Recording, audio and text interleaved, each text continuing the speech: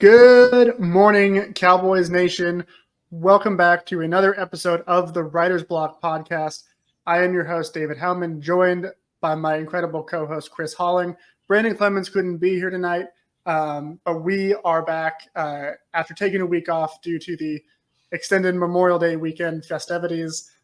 We're back to talk Cowboys, all things Cowboys, and there's a good bit to talk about. Some things have happened, not really things that have happened, but things that really have not happened, as is the case for the offseason for the Dallas Cowboys. We're always talking about the things that haven't happened. But before we get into all of those things that make some of us upset or frustrated or anxious, whatever it may be, Chris Halling, how are you doing? How does it feel to be back here talking about the Cowboys after the extended break? I'm awesome. I mean, it's awesome to, be back in the saddle, and, it's always fun talking about the Cowboys. So yeah, it's great to be back, and I'm excited to talk some football. Yeah, always great talking about America's team. For those watching on YouTube, you can see I've got a jersey on. This is actually brand new, just came in the mail, number 56. I'll do a quick spin. You can see Cooper Beebe, the future. Did you actually see the name when I spun around? I did, yes. I did. I wasn't sure if you just got the back of my chair. That would have looked really, really stupid. So I'm glad that worked out. I wouldn't have said anything. I would have just let you slide. Thank you. Thank you. This is why we work so well as a team. But yeah, Cooper Beebe jersey. Chris, you were saying before the show, I'm probably the only one outside of the Beebe family that has gotten this jersey at this point. Probably, but it's going to feel that much better when he's like an all-pro within 2 years, and then within a year as a rookie. A rookie all-pro would be pretty incredible, especially after not really having a Travis Frederick-like presence in the middle since he retired. So that'd be huge. Yeah, I'm pretty sure. No, that's wrong. I'm pretty sure Zach Martin did it as a rookie. I don't think he was weak, but for this week's episode, we do have other things to talk about besides the exciting career yet to be unrevealed for Cooper Beebe. And that is some of the biggest names for the Cowboys. We're recording this Monday, coming out Tuesday morning. Monday, of course, came with the news that Viking star wide receiver Justin Jefferson got his contract extension that had been kind of in the works, signed a 4-year deal, $140 million, has $110 million guaranteed. That's a lot of money. That's, and deservedly so. Justin Jefferson is the highest paid receiver now and has earned every cent of that. But it also begs the question for the Cowboys, why did they not get ahead of this with CeeDee Lamb? I believe Adam Schefter reported it's not expected that CeeDee Lamb's deal will be bigger than Justin Jefferson's, but at the very least, it kind of sets the range for CeeDee. And depending on where they were at in negotiations prior to this, that could have upped the number pretty significantly. One would think it's changed the math for what CeeDee is asking for. And I'm sure his agent is going back and saying, hey, CeeDee's, right in that range of Justin Jefferson, so you got to pay him like Justin Jefferson. Chris, how when you heard this news about Justin Jefferson, how upset were you that they actually did it before the Cowboys got CeeDee Lamb done? I mean, it's kind of frustrating, but it wasn't really a surprise. I think if the Cowboys wanted to get CeeDee Lamb's extension done, I think it was realistically going to have to happen either a long time ago or it was going to have to happen, once it's Justin Jefferson ordeal kind of wrapped up. I think that as it got closer to this time, I think that CeeDee knew it was best to just keep waiting because he knew Justin was about to get paid. And I mean, it's about $35 million a year. And, I think that now CeeDee's base is, it's going to be somewhere between 33.5 to 34, a year. I can't see it being much lower than that, because I don't think that he deserves the same amount of CeeDee Lamb, but normally when a player of CeeDee Lamb's caliber, he just broke the single season record for yards and receptions in Cowboys history. When you're a top 3 player at the position and you're about to get your first contract after your rookie contract, you normally reset the market and you're normally the highest paid player. So, I think that at best, I think the Cowboys are looking at paying CD 33.5, and it wouldn't shock me at all. I mean, if it was about the same or a little bit more, like it wouldn't overly shock me at this point, because I mean that's kind of just how the market goes. And what's scary is that I mean I think CD is 100% worth it, and I think that they should pay him. But what's scary is that I saw that David Howman kind of mentioned this on a Twitter X that I mean, Micah Parsons is going to look at that deal and he's going to be like, hey, I mean, like CeeDee Lamb shouldn't be a higher paid player than me. I mean, look what I've done. So, I mean, I think Micah Parsons is going to have the argument like, hey, I mean, like CD gets 34. I want, like 36, 37. I mean, Micah's been incredible, throughout his career. And I just think that it makes a lot of sense for him to argue that. So, I mean, we're about to have two Cowboys players who are taking up a lot of cap space. And then if they pay Dak Prescott, like, many fans want them to and expect them to, then it could be three players taking up a huge chunk of that cap space. So, I mean, I understand why the Cowboys kind of didn't go all in, I guess, like they said with their salary cap, but because they didn't do that, it makes me concerned about their chances at winning the division, which we'll talk about later this episode. Yeah, good tease, Chris, by the way. So stick around for that. But yeah, I mean, it's what we've been talking about all off season. That we knew CeeDee Lamb needed his contract extension. We knew he was going to cost a lot of money. We knew it was only a matter of time until Justin Jefferson had his deal, which whether or not you pay CD more than Justin Jefferson, it's going to change the numbers. Mm-hmm. And we also know with Micah Parsons, obviously he's on a slightly different timeline because he's got the 5th-year option. He's like a year behind. But realistically, like it makes sense to go ahead and get that done now. It does, but they didn't do it with CD. So I don't know. I mean, I wouldn't be shocked if this drags out more. They didn't do it with CD, even though it would have made sense. They didn't do it. We're not doing it with Micah, even though it would have made sense. Yeah. So. And I know you've made the argument for moving on from Dak Prescott, but if you're I'm not arguing moving on directly. I'm just arguing waiting at this point. In my opinion, there's no point to do it now. You might as well just wait until the end of the season and see what happens. Right. But they should have done it. Like I agree. If they were going to do it, yeah. I mean, like in my opinion, like there's a narrative that I like hate Dak and I want to move on. It's not necessarily the case. I just think that, like, I honestly was pretty split. Like from what I've seen from him, I was cool going either direction. I could have seen either side. Like if they wanted to blow it up and move on from Dak, I wouldn't have been as devastated as a lot of fans will be. If they pay him, I won't be as excited as a lot of fans will be, but I won't be upset about it because, I mean, he did just finish as the MVP runner-up. I mean, he's a great player in the NFL. I'm just concerned about putting that much money into a guy and limiting what you can do around him, and he hasn't proven that he can take that great talent past the divisional round. And I know that there's, cases where it wasn't all on him, but point being is if the Cowboys were to extend Dak Prescott, my argument was that they should have done it prior to the free agency period, because then they could have used some money and they could have brought in some more help around him. To do it now is the least efficient way possible, because I think at this point it's more efficient to just wait, because here's the thing. Personally, I don't think that he's going to have a better season this upcoming year than he did last year. So I don't necessarily think that waiting until the end of the season is necessarily the worst case scenario. If that's what they want to do at this point, I think if you were going to pay him, it would have made much more sense doing it before free agency, prior to the draft, freeing up cap space right now. To do it, like, let's say if they do it in like July or August, to me, like, I'll be happy that, Dak is still on the team, but like, it'll just make me a little, just like, I would say I'm a little confused because it just doesn't make a lot of sense. It seems like the least efficient way that they could have, gone about that whole process. Yeah. I mean, at this point, like, the only thing at this point that extending Dak Prescott gets you is knowing for a fact that he's your quarterback in 2025 and beyond, which, to be fair, is a good thing. Like, you can. I think all things considered, it's a good thing. It's a good thing. I mean, listen. Yeah, you can debate about whether or not he's the guy to take them to the Super Bowl, but I agree.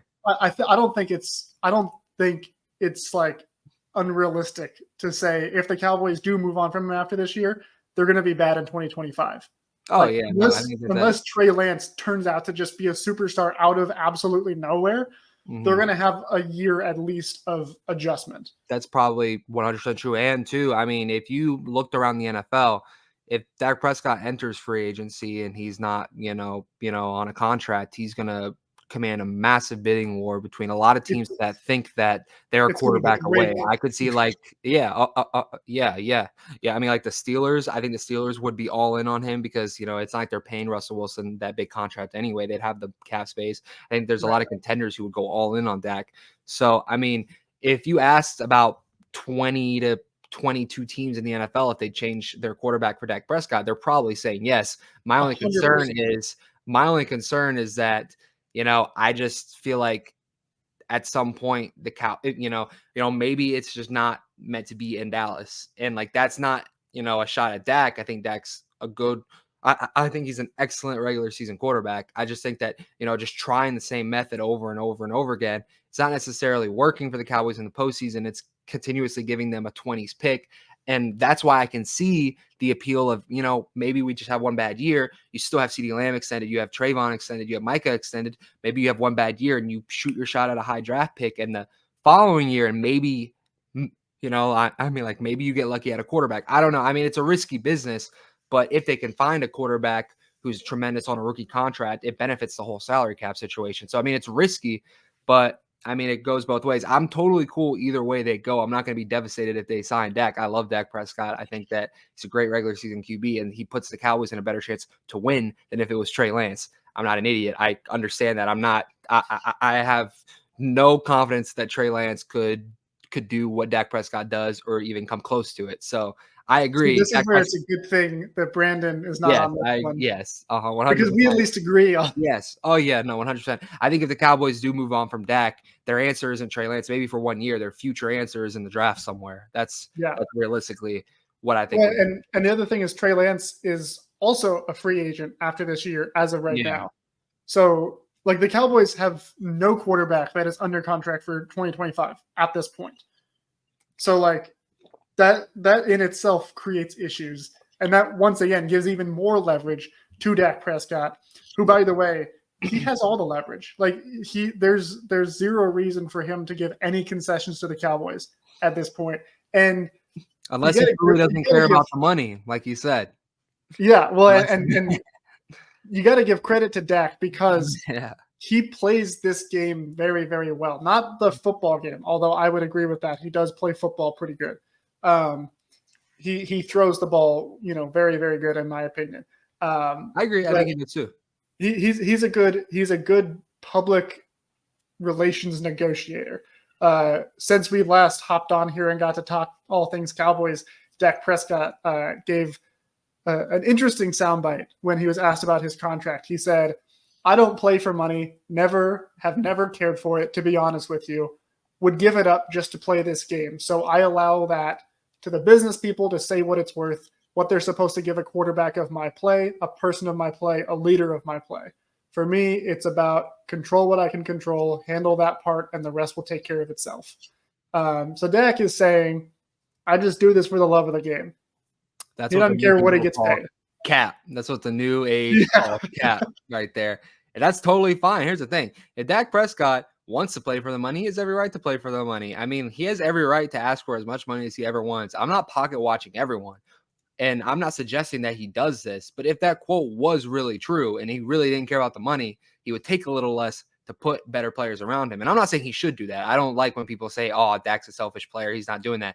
I'm not saying he should do that. I probably wouldn't do that if I was in his shoes. I'm just saying that if that quote was actually true and you really, really meant that, then you would do that.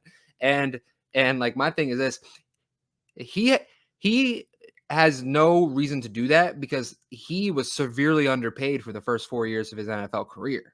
And now he's making up for that. I mean, he was making less than $1 million per year after he won Offensive Rookie of the Year.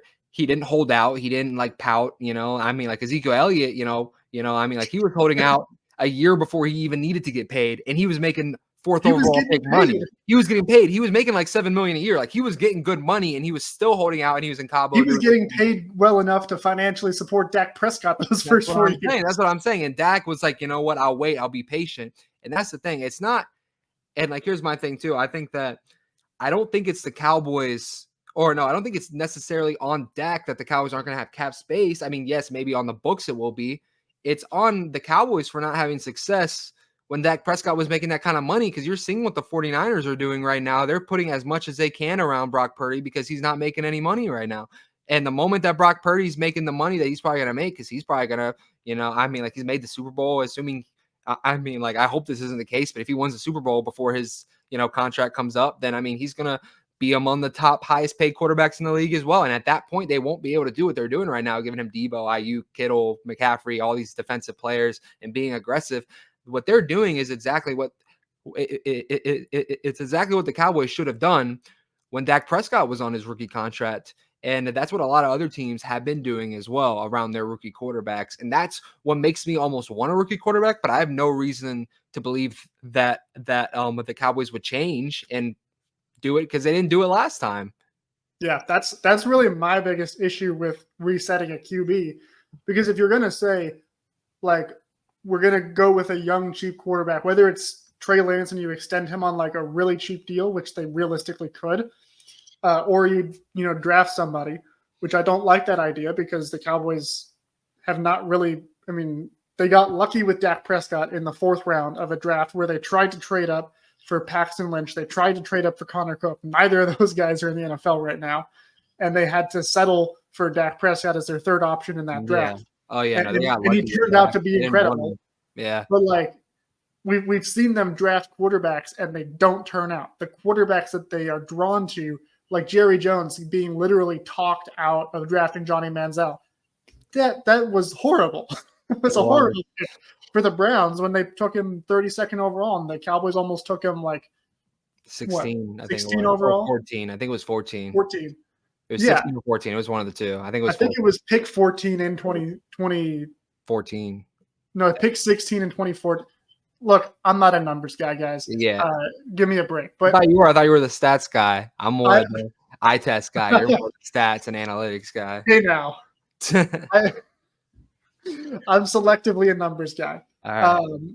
But no, as far as the quarterback goes, like, Chris, everything you said, like, I was nodding my head aggressively the whole time. I like that because I feel like that doesn't happen too much, and it makes me happy. And it's not going to last in this episode. Okay. We're going to get to some disagreement for sure. All right. But yeah, Dak deserves every bit of money that comes his way. He was underpaid. For the first 4 years of his career, he had by far the largest gap between on-field production and actual salary compensation. Like, he was playing like, borderline top 10 for those first 4 years. He never said a word about it. He didn't care. He was just never said a word. Down, just focused. Hardly got paid. Mm-hmm. I don't even think he was making $1 million in those first 3 years. Like, he wasn't. I think his first year was like $600K. I think the highest that he got in his rookie contract per year, just base salary. I don't know about incentives and whatnot. And obviously he probably made some good, good endorsement money, but like just base salary, I don't think he ever topped like 700 something thousand in a season, which is incredibly underpaid. Which is crazy considering all the things that he did in those first 4 years. Yeah, he won rookie of the year. I don't care one bit about how much he's making. And I also don't care that he's saying this about, like, I don't do it for the money, because of course you have to say that. Like, if he came out and said, like, yeah, I play this game to get paid, like, I want the money, like, then it would be a real problem. Then the internet would be melting down. So I have zero opinion on that, really, other than go get your bag, Dak. 100%. I think he should. I'm just saying I'm not saying that he should take less money, but if the quote was actually his true feelings, he wouldn't be against taking less money. That's my argument. Yeah, but I don't think he should do that. I think he should get as much money as he possibly can, support your family. Set your daughter and set her kids up for as much financial freedom as you possibly can for their entire life. That's what I think that's everyone's goal in life. So speaking of Cowboys who also care about the money and are a little bit more public about it. Another one being Micah Parsons, who we've already kind of touched on. Of course, he hasn't been with the team for OTAs. He's been working out separately. He's been doing that pretty much all off season. And of course, part of it is, he already kind of generally works out by himself and works privately, but also has now the contract negotiations. He wants to get a deal done. I don't think there's a doubt that whenever that deal does get done, he'll be the highest paid defensive player and like He could probably be the highest paid non-quarterback ever. I yeah. think realistically he has every argument to be. So Yeah, I was gonna say I wouldn't even be shocked. It would be a little surprising, but I wouldn't be shocked if he becomes the highest paid player just because he's of that caliber. Like he's I on think the if it's level less of than like 40 million a year, it's a good deal for the contract. I mean, it's a yeah, good deal for the Cowboys. I think he's probably getting 40 plus, which is tough to imagine one defensive player making that kind of money. But I mean, we haven't seen someone of his age do so much already. You know, right. And he's gonna get a big payday no matter what. But Mike McCarthy was asked last week if he feels like Micah has missed an opportunity not being here with the team. He said, I think anytime that you have a chance to be together, it's an opportunity to improve, whether it's in the mental realm, the physical realm, the emotional connection, and so forth. It's a long year. Training camp is really the heightened focus for all of that, but it's definitely an opportunity that's been missed for Parsons. Obviously, because it's the Dallas Cowboys, we're going to break this down and overanalyze everything that Mike McCarthy says. yeah. Chris, does this worry you, or are you just because some people on Twitter like freaked out about this? They're like, "Oh, Mike McCarthy's mad at Micah Parsons. He wants him here." And if Mike McCarthy's saying this, knowing Mike Zimmer, who hasn't even had a chance to coach, Yeah, I mean, I'm sure Mike Zimmer would like him there. I'm sure Mike he's Zimmer. probably got like steam coming out of his ears. I'm sure Mike Zimmer would like to have his star player be there, considering he's coaching a new defense. But I mean, at the end of the day, I mean, I'm under the belief that Mike McCarthy is coaching his final season in Dallas anyway, so I don't think it's going to be a big deal in terms of the Micah Parsons, relationship. But I mean, I'm not concerned at all about Micah Parsons not being there. It's a voluntary OTA, and here's my thing: if let's say that it was somebody who severely underperformed last season or at any point in his career, they should be there because they need as much, teamwork as they can. Like Jalen Tolbert should be there realistically because he is, he's unproven. He's fighting for a starting spot. I mean, those kind of players should be there. Micah Parsons has been, in my opinion, the best defensive player in the league since he got drafted. And I mean, he's had the same he's had the same routine since he came in the NFL. And to me, like, I'm not even questioning his leadership about it because just watching it, like from my couch, because I'm not there in the locker room, but just watching it on the TV, it seems like he's one of the more outspoken and passionate players and showing the most passion when he's on the field. A lot of players, when they're getting blown out or when they're really good, they're kind of just like, oh, like whatever. I mean, Micah seems to be genuinely really bothered when they lose in the playoffs. Like he really, really, it does not make him happy. And he talks about it a lot. He's the one showing the passion who wants the Cowboys to go all in free agency. He was very outspoken that he wanted the Cowboys to make moves and that, like he wanted to see an aggressive approach. And I think he was upset with the way that, this offseason went for the Cowboys and the players who they passed up on and the players who they ended up letting walk in free agency. And I mean, to me, just because Micah is working out by himself doesn't make him not a team leader. It doesn't make him, I mean, yes, he's not, I mean, in terms of leadership on the team, there's no question that Dak Prescott is the team leader. He's been the perfect character since he stepped foot in that facility. He's never had an off the field issue, and he's just led by example as any, top tier franchise quarterback would. I mean, but Micah Parsons doesn't have to do that. I mean, he's not the quarterback. He's a defensive, he's really an edge rusher. So, I mean, he doesn't have to be the main guy leading by example in the team locker room. I think everyone there respects Micah and loves Micah, likes playing next to him because he makes their job way easier. Do you think that Osa would be nearly as effective if he didn't have Micah Parsons right next to him? I think that DeMarcus Lawrence has played better because he's not been the number one edge rusher since Micah got there. I think that, in my opinion, I think that Tank's, play kind of went down a little bit, in that little, I want to say like that little blurb where they didn't have Micah Parsons and it was after the Mike Nolan era when yeah. I mean, the whole defense played, it was like a whole 360 in terms of their play and performance. And, they have this swag to them. I think that the whole team acknowledges Mike as the best player on the defense and probably on the team. And I just don't think that him not being there is like negatively impacting anyone's relationship with him in the locker room. I think it's just people who aren't in the locker room who are just overreacting because, they're like, oh, he's not there. But I don't think it's a big deal. I don't think, I mean, he's still going to these games with Trayvon Diggs and Osa, and he's still, he's being around his teammates. I don't think it's a big deal. If he was missing if he was missing mandatory stuff and he was, doing stuff like that, then it would be a little bit of a different case scenario. But this is a voluntary OTA. You don't have to be there. He's still putting in work. He's still, making sure he's ready. As long as he gets 14 sacks next year, like he's been doing the past, a year, and he's been putting up numbers near that his whole career. If he keeps doing that, then I don't care if he is working out, in like Australia, in the desert by himself. He can do whatever he wants. I don't, it doesn't matter to me as long as he's putting up production on the field. Do whatever you want to do. I'm not going to complain, and I don't think that fans should be over. I don't think that fans should be over analyzing this and being like, oh, Micah's not a good leader. I think if every player on the Cowboys was as dedicated to being good on the football field as Micah was, and they had like that drive. I mean, he never takes a play off the entire game. He's running all over the field. He's chasing the running back on the opposite end of the field. I mean, those were highlight plays that he had his rookie year and last year and the year before that sets him apart from the rest of the defense. I mean, he's chasing running backs who are going the opposite direction from him 20 yards down the field. I mean, he's doing everything. So to me, his whole leadership thing, his whole leadership being questioned because he's not there is just dumb to me. I'm not buying into that. And I just think it's kind of like I don't know where else I'm going with this. I think I've ranted enough. I'm going to let you talk about it, but that just really bothers me. As you can tell, I got a Micah thing right there.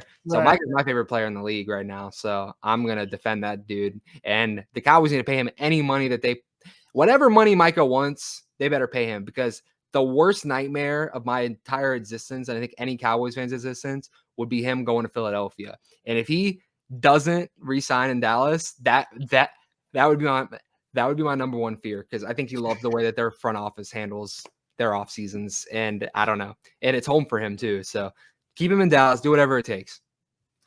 Well, we just said that, we're agreeing so much, it's not going to last. And here's where it ends, because we disagree on this. I will say now, as far as the Mike McCarthy component of it goes, in that same press conference where he gave that quote that I just read off, he also went on to quote former Cowboys linebacker Darren Hambrick, who in 2001, when he was holding out of voluntary workouts because of a similar contract dispute, he was quoted as saying, "What do voluntary mean?" Mike McCarthy threw that quote out there in that same breath of saying, I'll just say, "What do voluntary mean?" Which, first off, great pull by Coach McCarthy, coming up with the fan lore there.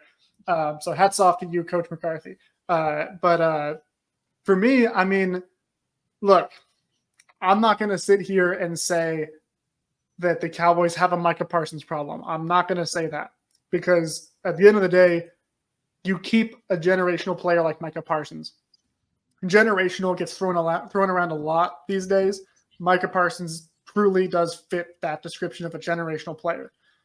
My issue, and what this really comes down to for me, is if you're going to pay a player the way that they're going to pay Micah Parsons, and the way that they should pay Micah Parsons, what you want to see from him, in addition to being an insanely talented player, is being a leader. And I think that's really the one area where Micah Parsons really needs to grow. A lot of people are talking about his run defense. Sure, I think a lot of that comes down to the way that Dan Quinn kind of fit this defense. Micah Parsons wasn't really used as a run defender. That's a whole other topic. I agree. Micah Parsons, when it comes to his leadership, and granted, we're saying this from a pretty significant distance from the team. We're not in the locker room. We're not meeting with these players. Like, we're just going off the vibes, as they say. But I mean, you see like, you see how Dak Prescott responds after a loss, right? You see how Tank Lawrence responds after a loss. And I'm always going to remember after the 49ers lost last year, where someone was asking Micah Parsons, like, they were asking him about how to stop the run. And he goes, well, we got to go. Like, whoever needs to get that figured out needs to get it figured out. Like, I don't know whose job that is. That's not my job. That's somebody else's job to figure that out. And I was like, come on, man. Yeah, like, I mean, it's kind of an immature answer for that's sure. that is not what you want to see out of a leader. Like, Yeah, it is an immature. We get the same response out of Dak every time that they lose a game, which is like, he's just like, yeah, I'm mad. We'll be better next time. And it gets old because it's the same, but like, it's still the same. And it's the response you want of like, yeah, we're mad. We're going to use this. We're going to be better for it. Micah was like, yeah, it's not me. I got my sacks. Like, it is. I mean, like, here's the thing. Don't be looking at me. It's not okay. Like, here's the thing. It's not a good thing to say, but I mean, he is right. He is right. He's right. Like, yeah, I was he did his part. But at the same time, if you're a leader, you're not. I know. You're right. That's not like if Dak had come out of that playoff game and been like, "Hey, man, like I didn't give up 42 points to Jordan Love. I didn't get run over by, Aaron Jones. Like I did my part. Like people would have even if we're taking away the picks, like even if he did play a good game and it was just the defense played the rest of the game that they played. Like if he come out and said, like, hey man, I did my part. What do you want from me? Like, go ask Dan Quinn these questions. Like, Twitter would like fully, completely break. I think there is a difference, though. I think there's a difference in the leadership and responsibilities of the quarterback of the most valuable franchise in the NFL and an edge rusher, in my opinion. I do agree that there are answers to a very, very small extent. But like again, like Michael wants to be a leader. He wants to be, the guy that like leads the charge for the team. And the only reason that I really think that this is I would say concerning for me, not even really an issue, but just concerning, because it's not the first time that we've heard rumblings of issues and some discontent in the locker room, not necessarily from players, but a few different reporters out there, including Jory Epstein, who's very well connected, comes from the Dallas Cowboys beat. Cowboys fans definitely know who Jory Epstein is. She's great at what she does. She had reported from a couple of anonymous executives that there was this perception among executives, which granted is very different from opinions of coaches or players, but this opinion that he does take some plays off, that he doesn't quite step up in the biggest moments. And I don't see that. I kind of do. Honestly, I kind of do. Because you think back to that 49ers game, think to that Packers game. How many big plays did he have?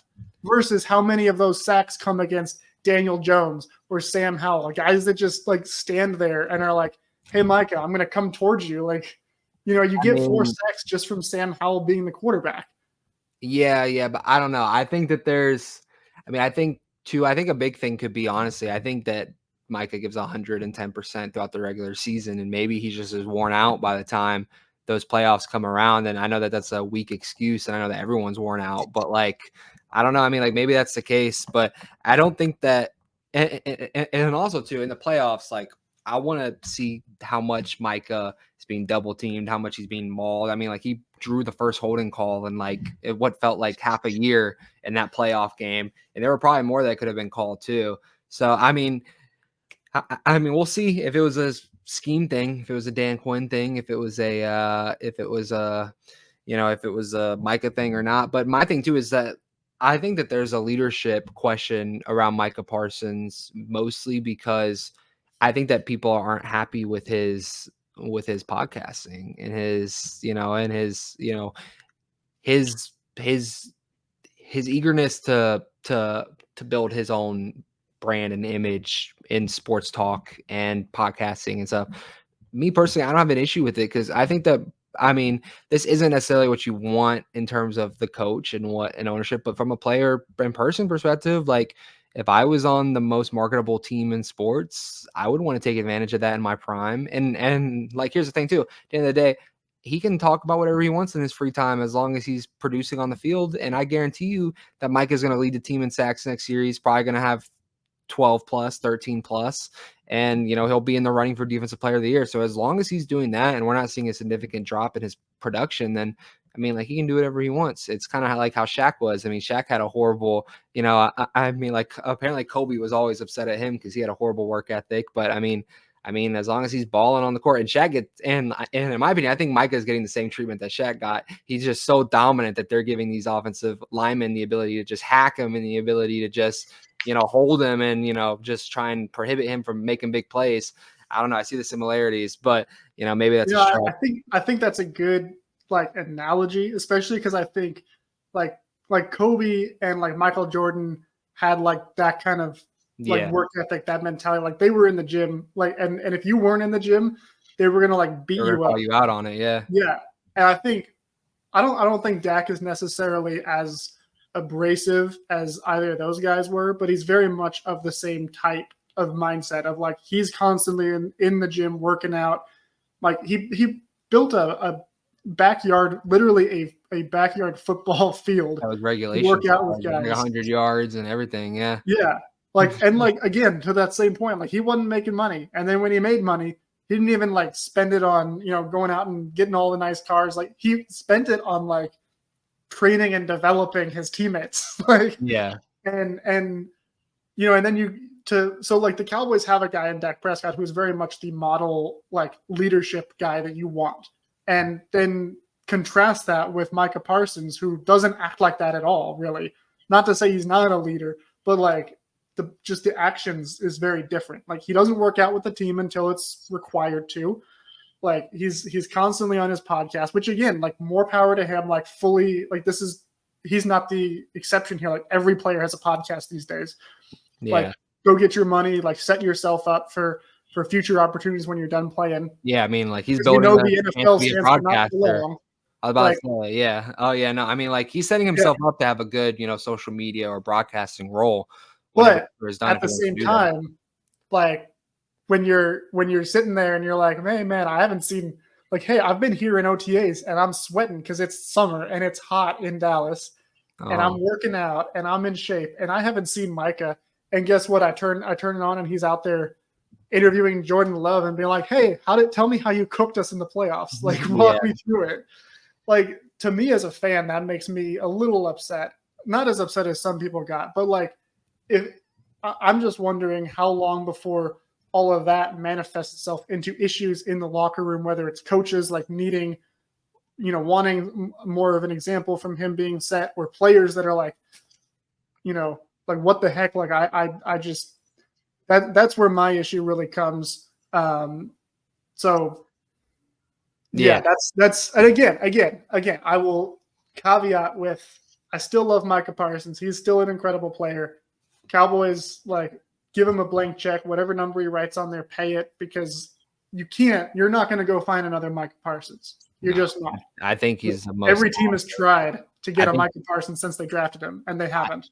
I think when you look at talented, just natural freak athlete, just dominance in terms of just what you can bring on defense, I think the last person who has the athleticism and just playmaking ability is a Deion Sanders in Dallas, and maybe a DeMarcus Ware as well. But that kind of stuff, Micah Parsons is 101 in terms of what he can do on the field. He can, and this is my thing too.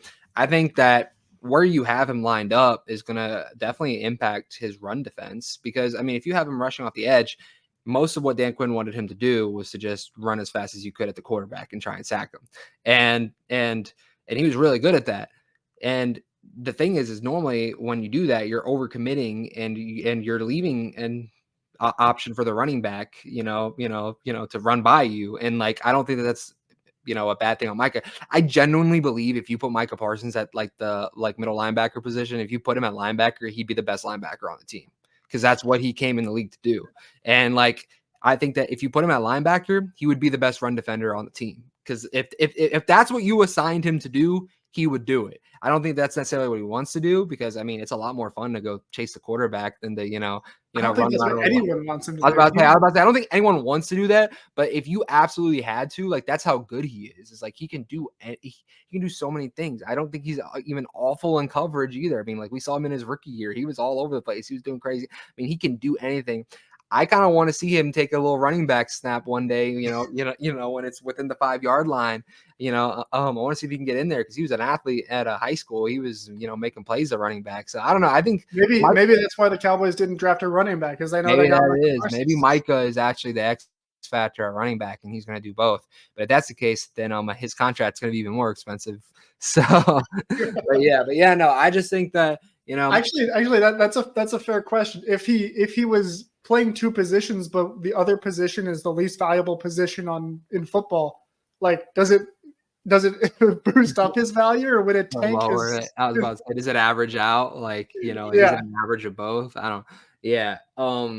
Yeah. I mean, like, pretty much what I'm saying is, I just think I understand that people want him there, and I mean, in a perfect world, he would be there. I'm not saying that I would rather him not be there, but like, I don't think it's worth freaking out about as long as he's producing the way he's producing. I don't think it's worth losing. I don't think it's worth losing your marbles over. I don't think he is not doing what he's doing, because I mean, he looks prepared week one every single season. He looks like he's in better shape than everyone. He looks like he's, a dominant force. I'm sure that week one, in Cleveland, he's going to be chasing Deshaun Watson and making things difficult for him. So, I mean, and like here's the thing, if he comes out looking flat, then it's not going to be a good look. And I'll admit that. I'll be like, oh, like, you should have been there. But we haven't seen that once in his career. And this is a thing that he's been doing pretty much like his career. I think after his rookie year, I think even, I think his sophomore year, he kind of did this as well. And I think he just has his own workout regimen that I don't think the rest of the team can keep up with. I mean, if we're being honest, like, I can't see a lot of these defensive linemen being able to do what Micah's doing in terms of, like these freak workouts and stuff. So, I mean, like, to each their own. I think that, yes. And like, my biggest critique actually is the fact that my biggest reason for him being there is the fact that Mike Zimmer's there. I think that if this was Dan Quinn again, like, Dan Quinn knows what he has on Micah. Both of them were really tight and they had a really good relationship, apparently. Like, in that situation, then it's cool. It's whatever. I do think when you have a new coach who hasn't worked with you and who hasn't been able to, really see what, I don't want to say see what you can do, because Mike has proven it, but like, see what he can use you in packages and schemes and all that. I think that in that case, you would want to build that relationship as much as you can. Now, granted, they could be texting every single day. They could be, Skyping. They could be Zooming. They could be doing all these different things. And like, we don't know about it. But, from a fan perspective, I do see that side. I think that he should be there, and he should be, with Mike Zimmer, because he's new to the team and he's new, and like, he's building his scheme. And it would be good to have your best player there giving his input on what he thinks works well around him. Because, I think the defense goes as far as Micah Parsons takes them. Yeah. No, and I was going to say the same thing about the Mike Zimmer factor too, because as you pointed out, like, Micah was with the team in the offseason pretty consistently as a rookie when he was learning the scheme and everything. That was also Dan Quinn's first year. So since then, it's like he learned the scheme pretty quickly. He also, as you were saying, Micah Parsons' role in Dan Quinn's defense after year one wasn't really all that complicated. It was like, basically like, pick wherever you want to line up and go get the quarterback. Like, yeah. All these other players had other responsibilities. I think for Micah, it was like, just go get the quarterback. If Josh Dobbs pulls the ball and runs past you, like, that's not your fault. Which is what Micah. Like, here's the thing: if he does that, like, if quarterbacks do that, like, Micah has the athleticism to still go get him. You know what I mean? Like, so, but I think that same. With Zimmer though, like, it is a new scheme, and to your point about, like, if the Cowboys wanted him to play some more linebacker, which could be the case, it sounds like Zimmer wants to primarily keep him on the edge, which is, I think that's the right choice. The right I think call. They should keep him at edge. I don't think that you should sacrifice any injury potential, because I think linebackers are more likely to get hurt. And also too, I think that you're sacrificing a generational impact versus like an elite impact. I think he could be an elite linebacker. I just don't think it's the same. But also, we don't even know what he looks like at linebacker in this scheme, because Zimmer hasn't had the opportunity to see him in it. Yeah. So that's also part of it. And Zimmer had a quote last week where I don't have it pulled up to read the exact thing, but basically he said, well, most of the time when I take over a defense, it's a pretty bad group. And so it takes a little bit for us to really get all on the same page. Yeah. But here I'm taking over a great defense. Yeah, his defense is incredible. So, I think it's got some holes. And Micah Parsons is a big part of that. Like, to your point, he clears things up for other guys. He clears things up for Osa. He clears things up for DeMarcus Lawrence. He speeds up the quarterback so that it's easier for Trayvon and Deron. It's such a luxury to have Micah getting that pressure so fast, and then you Right. have to throw it up, and you have two of the best ball hawks in the NFL on both sides of the field. Like, it's going to be very difficult for quarterbacks. I'm super excited to see, Trayvon with the new DaRon Bland. I don't want to say the new, but like DaRon Bland took a huge leap in production last year. And I think that happened because he got to play outside more and he got to develop. And, he's having another year with Al Harris. I think that duo is the best cornerback duo in the NFL. And it's just so crazy to think about because, when I was a Cowboys fan, obviously when I was growing up, like it felt like the Cowboys. Back in my day. Yeah, I was about to say back in my day, it felt like 2012. Yeah, I was about to say it felt like Cowboys cornerbacks were among the bottom of the league every single year. And like they had Brandon Carr and like they had a Byron Jones year that was really good. But No like Claiborne. Yeah. I mean, never to the standard of this. I think Trayvon's the best corner in the league. I'll argue that with anyone. But I know that that's a hot take to a lot of people's eyes. But then DaRon Bland, I think, should have won Defensive Player of the Year last year. So, I mean, it's just insane to have both of them on the same team and then to have Micah rushing the passer and to have Lawrence on the other side. If they can just shore up the middle of their defensive line and they can get some good linebacker play, then they have no reason to not be a top 3 defense in the NFL. So, I'm sorry.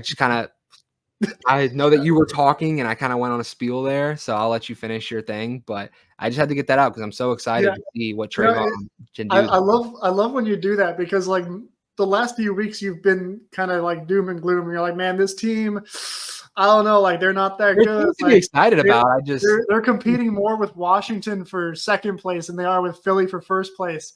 But then you really get going and you're like, man, this defense top 3, like book it. I mean, like, I love the 3. defense.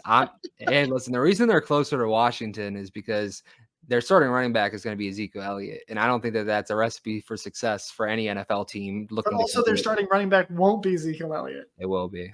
I will bet. We already made this bet. You're going to shave the Adidas logo in your eyebrows. No, like if Ezekiel Elliott's if both players are healthy and Rico Dowdle is running back 1 against the Cleveland Browns, I'll shave my head.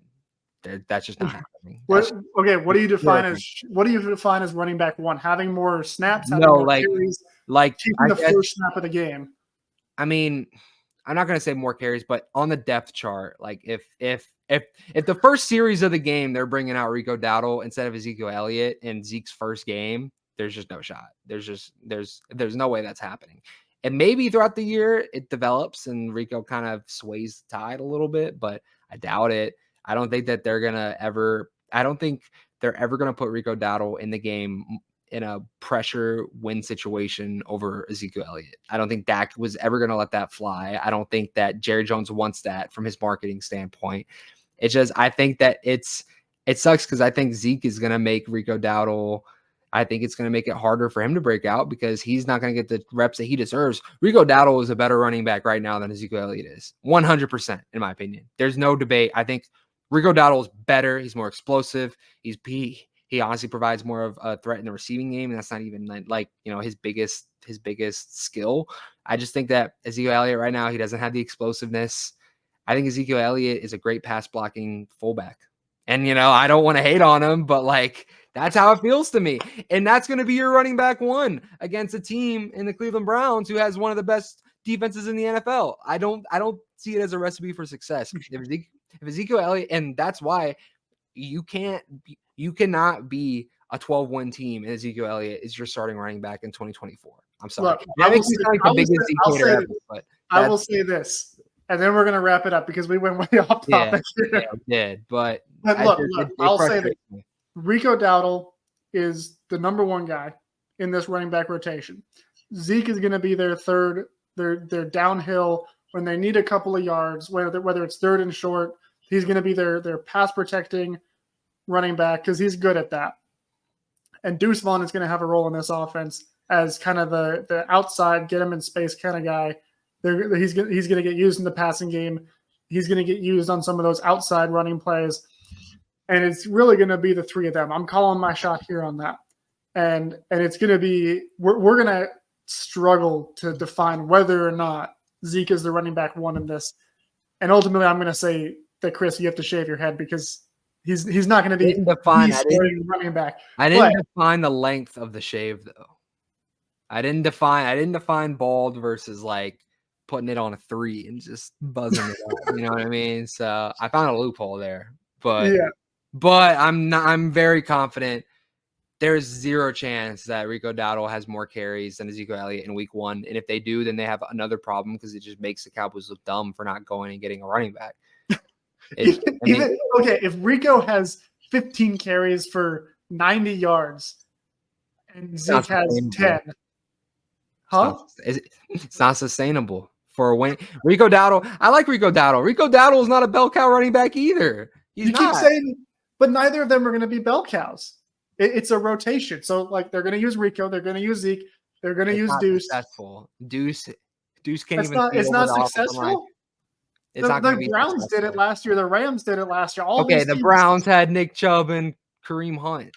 And the Browns had Nick Chubb for a game and a half. I should know he was on my fantasy team and it ruined my season. Listen, Ezekiel, I guarantee you that the Cowboys don't have a 1,000-yard rusher next year, and I don't think they won't, and it'll be by design. I know, and that's not a good way to succeed. I don't think that's a good way to succeed when your best targets outside of CeeDee Lamb. I mean, half the NFL last year didn't have a 1,000-yard rusher. Okay, but look at the 49ers. They made the Super Bowl. They had Christian McCaffrey. Yeah, did they have a good running game before Christian McCaffrey when they didn't have a 1,000-yard rusher and their top guys were Elijah Mitchell and Raheem Mostert and Jeff Wilson Jr. I guarantee you, I can keep going with these names that we're not.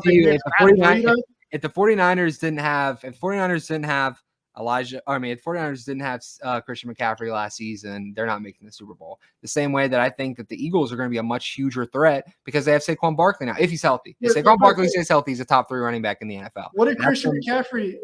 He got him to the Super Bowl? Well, a couple years before that, the 49ers were in the Super Bowl and they didn't have Christian McCaffrey. And they did the same thing. They did the same thing that they did with Christian McCaffrey, which was blow it because that's what Kyle Shanahan does in the Super Bowl. Yes, I just think that the Cowboys, this all comes back to me thinking the Cowboys should have signed Derrick Henry, and they fumbled the bag.